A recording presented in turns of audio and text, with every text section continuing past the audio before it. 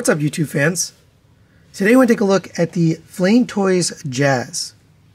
So this was sent to me by Grant Z. Thanks for allowing me to take a look at your copy. And I've been excited about this guy because Jazz is one of my favorite characters, and I thought this one looked really cool. So I really appreciate him sending it. Let's take a look. He's got a ton of detail. It is almost fully painted. Some of the parts, like these, they're glossy, but I think they're just a glossy plastic. But all this pearlescent white you see is painted. Let's start from the head. We got the blue, red, and gold accents. These are translucent parts which glow. You can turn them on. I'll show you that in a bit. Nice Autobot logo there with the stripes that you'd expect, number 4. Translucent blue here for the headlights, which we'll see in a bit. Nice detail here on the chest plate. That kind of pearlescent blue. All sorts of details. Those red stripes continue here on the hip skirts. More of that gold paint. If you lift up here, you can see there's some of that metallic color. Really nice. More of that accent work. Metallic color here. Here's the side. The wheel is not an actual wheel. It's just a, shaped piece of plastic. It is actually, not even... I was kind of surprised. I thought they would put like an actual wheel in there, but it looks great. It looks beautiful. Here's the back. It really looks like a Porsche. The way they did this foot. And that's not the Jazz design, but it's just their own take. But the way they did that, it looks a lot like a Porsche. Just very cool. It looks like the rear taillights. Lots of nice exposed die cast as well. Got some more lights here. I mean, really just outstanding looking. Very beautiful. At the head, you have a ball joint. So the head itself can go up and down and go side to side on that ball joint. And it can rotate. You don't want to rotate it all the way around because there is wiring in this head. So it specifically warns you not to do that. The neck itself rotates too, so you just got to kind of make sure you don't get out of whack with that neck because it rotates separately. But the neck itself can go way down and way up. So that allows you a lot of movement on that head because of that. And a lot of side to side as well. And it rotates. For the shoulders, you have a joint here. It's a big die cast joint right in there. Allows you to go up to there. You can lift up this panel here, allow you to get the shoulder up much higher. So combining the two together, you can get it up to there. It's a little bit limited. I was actually surprised. I thought it would go a little bit more, but that's basically the limit. I'm not willing to push it. It's not my figure, so it appears that's the limit. You get a butterfly joint. Again, nice exposed painted die cast. It's really gorgeous the way they did that. For the shoulders, you have a rotation here at the bicep. You have a double jointed elbow, full bend there. For the wrist, you have rotation. You actually have a rotation here too. So you can kind of rotate. There's an attachment point there. I'll show you that in a minute. The wrist itself is on a ball jointed panel, so that goes up and down, in and out, and the wrist itself can rotate because it's on a little peg like this, so you can really get any position out of that. Continuing down, we have a upper ab crunch, so he bends down to there and back to there. Not too much back, but there's a little bit of detail that exposes as you bend it forward. More of that die cast detail, which is very nice. On the lower waist, you have a rotation. It does have a limit. It kind of starts bumping things, so you don't want to rotate it too far. And you have an ab crunch there at the lower one and back at the lower one. So you get some nice movement. It has like a little bit of automorphing thing where as you bring it down, you can see that hip skirt get pushed forward. That's really cool. I don't think I've ever seen that before. where the hip skirts move with the ab crunch. That's really cool innovation. Coming down to the waist, you have hip skirts here. These will lift up out of the way. This one's a little quirky the way it works. You want to get this back one out of the way, otherwise you'll have this one will get stuck. So make sure these back ones aren't underneath the side, or it will feel like it's hindered. But if you move them out of the way correctly, leg can kick up to there. If you move the rear hip skirt out of the way, and we gotta straighten up his and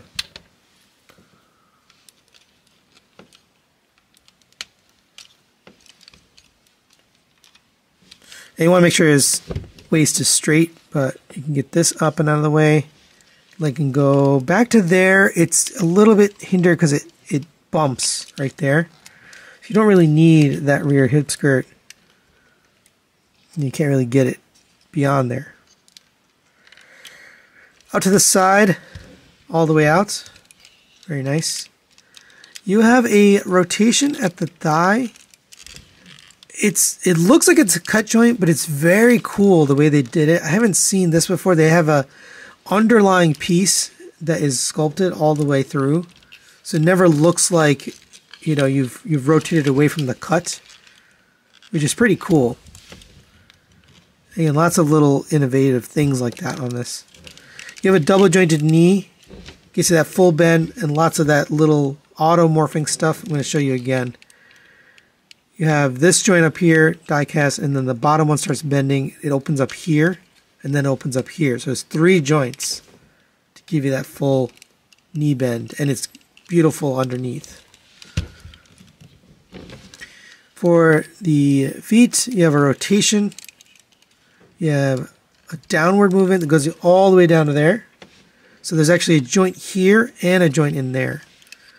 So when you bring that back up, you can see there's 3 lines on that little piece of die cast. And that gives you an indicator how far to go. I go to the middle line there, just past that middle line, to get it kind of straight. But that's some really nice movement. And you get, of course, side to side. And they cut the sculpt so you can get plenty of movement, which I think has been a mistake on some of the prior ones. All right, let's go over his accessories. And like I mentioned, he does feel a little naked without them. But come to the back here, you have this panel. Again, beautifully painted detail there. Even the inside is painted. But this will plug in right here and become the rear hip skirt. It has not just up and down. I guess it is. It does pull in and out a little bit. But basically you can flip that up and down. That looks really nice.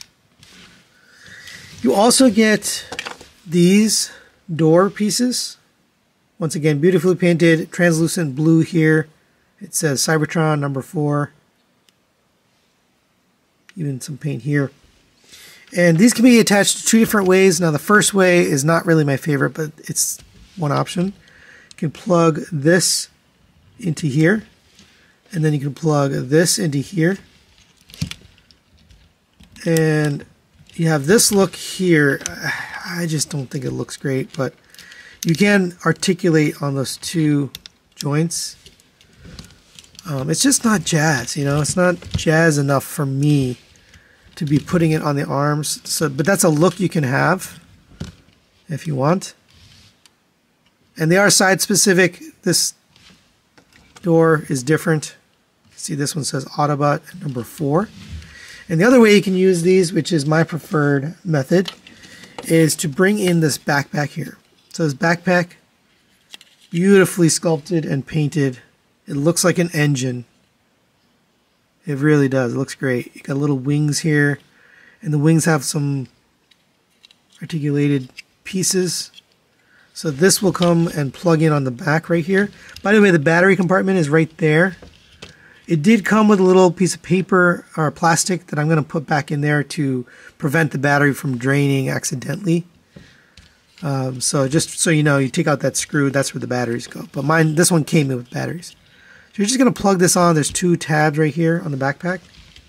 That's going to plug into here.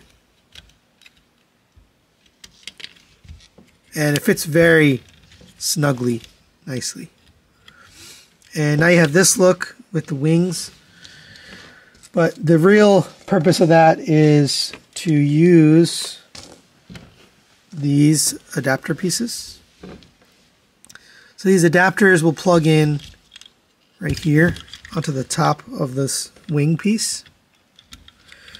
And it can be a little finicky, but let's get that in there. And then we can take the door and plug that in. And make sure you have the right one. Yes.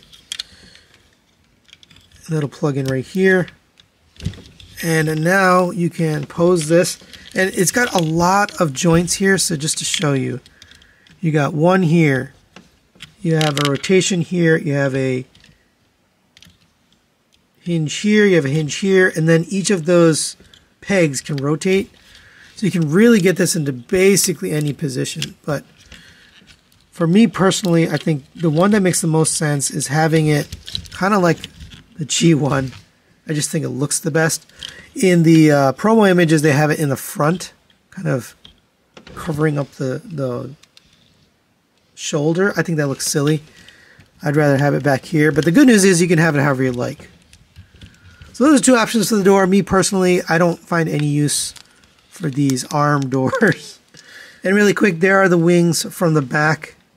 So you can see how it's articulated and how it's positioned. You can do it however you like, but that's the position I prefer. I think that looks really, really nice. We also get his blaster here. Now this doubles as the shoulder cannon.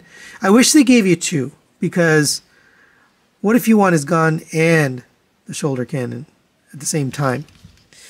But you can't really use this without his gripping hands. So you do get a bunch of hands. You get this fisted hand by default.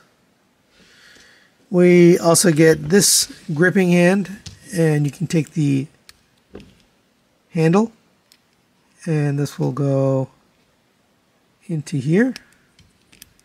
And then you can get the trigger finger through the trigger guard, and then plug that in to his hand, and now he can be blasting some Decepticons. You can also use one of these hands as kind of a support hand if you want. So there's this one, and he could have this kind of holding it. Really nice gun. But the other option for this is you can put this in the shoulder cannon configuration. So go ahead and pull this out. You can see there's more painted and sculpted detail on there. You're going to fold the handle in. This is actually where you're going to attach it. So you're actually going to reverse it. So this is the missile. So come to the back here. On the backpack, you've got a little spot right there. And then it's actually articulated, so it can be a little tricky to get on there. But once you get it on there, that's what it looks like. And you can pose that. And I think that looks really good. But you just have to configure it the way you like. Lastly, you get a kind of open style hand here. Looks like this. And that's also good for, some action poses. And these hands are quite tight when you're first putting it on, but then once you get on there, you can pose them. And just getting in close on the head for a second, here's that head sculpt that looks really good. And you're going to pull forward on the forehead here. Set that down. Slide up on the face. And then we have this yelling face. Now you get a third face if you get the version from D4 Toys, if you had pre-ordered from there. This is not from there, so it doesn't have that, but there's that yelling face. That's pretty cool too. In fact, I'd probably display it with this if I was displaying this figure. Now let's take a look at the light up features. The buttons to turn them on are right here. So this one turns on the head, and then this one right here turns on the chest. So let's push those You can see it lights up pretty bright, even though my lights are on. Let me turn those off. And there's that light up feature. Really nice. Quite bright. Even with the lights on, you can still see them. Head crest also lights up. Very appropriate for the character as well. Alright, and last but not least, we do get this display stand. It is basically the same as all the ones we've gotten. You can pose this by moving in and out. You can also plug it into here on the back.